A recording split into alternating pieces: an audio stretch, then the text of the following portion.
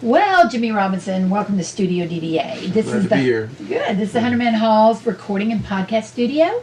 We're very excited about it. We've done some live recording in the back of the bus, and we do our little podcast interviews here. And we're excited that tonight you've brought your band Woodenhead for their 50th anniversary tour Yes, here. indeed. So I want to ask you a little bit about Woodenhead. Was your first band, or? Actually, no, I played in some like hippie psychedelic bands for a while. We played the Love-Ins in New Orleans in the 60s. And I had a bunch of garage bands as a kid, but Woodenhead was the first serious thing that obviously lasted, had some legs on it. And we've been doing that since 1975. Okay, and so you and Fran are the original members? Yeah, and the other guys came in about 40 years ago. We had an original rhythm section, and they left, and we got these two guys who were great, Mark Whitaker and Paul Clement. So it's just amazing that a band can stay together for 50 years. How is that possible? It ain't easy, but I got to tell you, we never argue ever about anything. We've been on the road in cramped bands for weeks at a time, and everybody just gets along. It is a real unusual thing for bands not to want to murder each other after a couple of years. So. Well, I have to say that, I know that in my dealings with you, you always are very smooth and very easy to deal with. So I'm sure that you're very bring a lot of smooth as well. So. Oh, well, here it is. It's a mutual love fest right here at Studio DBA. Yeah. So I want to know a little bit about what was it? You started as students, and then you brought in 10 years later, and the other two members, and then you said you've been in cramped bands. So that was we it. We did a lot of touring together under really adverse circumstances, but we always had a good sense of humor about it. Okay. As we got older, we didn't do so many little van tours. We got a little older. We have kids and stuff. Right. But we just love it. And I mean, we were in a bunch of bands before that were kind of, rock and roll garage bands, whatever.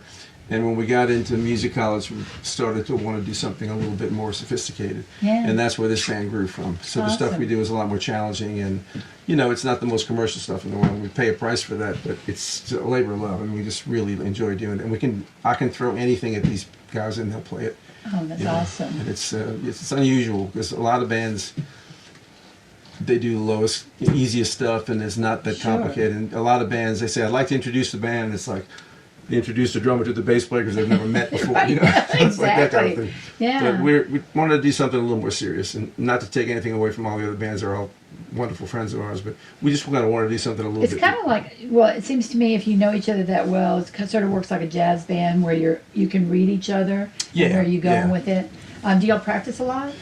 Yeah, we used to practice a lot more, but now for this year, for the 50th, we've been doing some intensive rehearsal. Okay. And it's good. And the rehearsals are as much fun as the gigs, to be honest with you, because the stuff is very challenging. Yeah. And it's kind of high maintenance. You have to stay on top of these pieces to be sure you can play them, because they're not just, you can't do them in your sleep. You have to work on them, so, which I love. Well, so you were touring a lot at first, and then you kind of settled back a little bit. Yeah. So during the mid-years, how much were you on the road, or how much were you gigging? It was more selective. There's some festivals we do. In fact, we're returning to a great festival called Prague Day in North Carolina in August.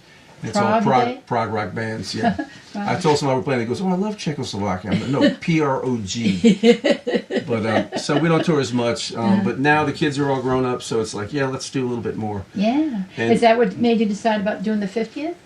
Well, the 50th came, and we said, well, here we are, let's do some stuff. And it seemed to be a lot easier to book things when we said, well, we're going to get it for 50 years. They're like, you guys should come play. Right, you know what you're doing now. So we got some road stuff coming up in Atlanta and here with you lovely people in North Carolina, and getting out a little bit. But, great. And I tour as a soloist. That's kind of my bread and butter. And Fran tours with a keyboard player, Patrice Fisher, the jazz harpist, and they go to Brazil and Chile. And oh, wow. So wonderful. The two of us are touring a lot. And we do the Woodenhead stuff a lot closer to home, I guess. Yeah, so, because I know that you've played here with all of your guitar friends, which has been amazing with Across the Pond. We love just that. did Europe with those guys again, and we did Canada and the Z1 Guitar Fest in Mexico. Those guys are great. They make me sound like I'm in grade school. Now, listen, so wonderful. Every one of y'all, it's just really, it's like watching virtuosos one after another and playing all around, just streaming out of one genre into another. Yeah, it's really fun. Beautiful. It's really fun. I have another group in New Orleans with two guitar players, Cranston Clements and John Rankin, we played here. We played here with them, and that's really fun too. And but that's hometown guys as opposed to Italian and Canadian. Right, so, right. Yeah. So it's amazing. So what's next? Okay, after the 50th anniversary tour, what are you going to next? What's the next big thing? We've got some concerts in Atlanta, North Carolina, and I'm going back to Europe solo in October. And I'm going to do about 2 weeks.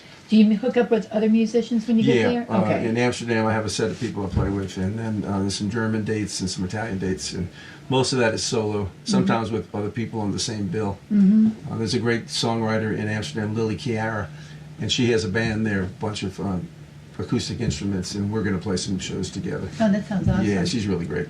Well, you've been doing this forever. Yep. You're not getting tired of it. What's the best part about it? I just love it. I mean, it's what I really, really want to do, you know. I mean, I had other menial jobs when I was a kid growing up, and I always gravitated back to music. It wasn't always easy, but now it's pretty good. Yeah, Good. I'm enjoying it. Good. And we get to play great places like the 100-Man Hall, which is really the stuff. Yeah. Well, you know, we're always honored when you come play here. So we're honored to be here. We're looking forward to the show tonight. Yeah. And thanks for your time. Thank you. Boy, it better be good after all that, huh? Yeah. Yes. Thanks for having us. Thank you, honey. Pleasure.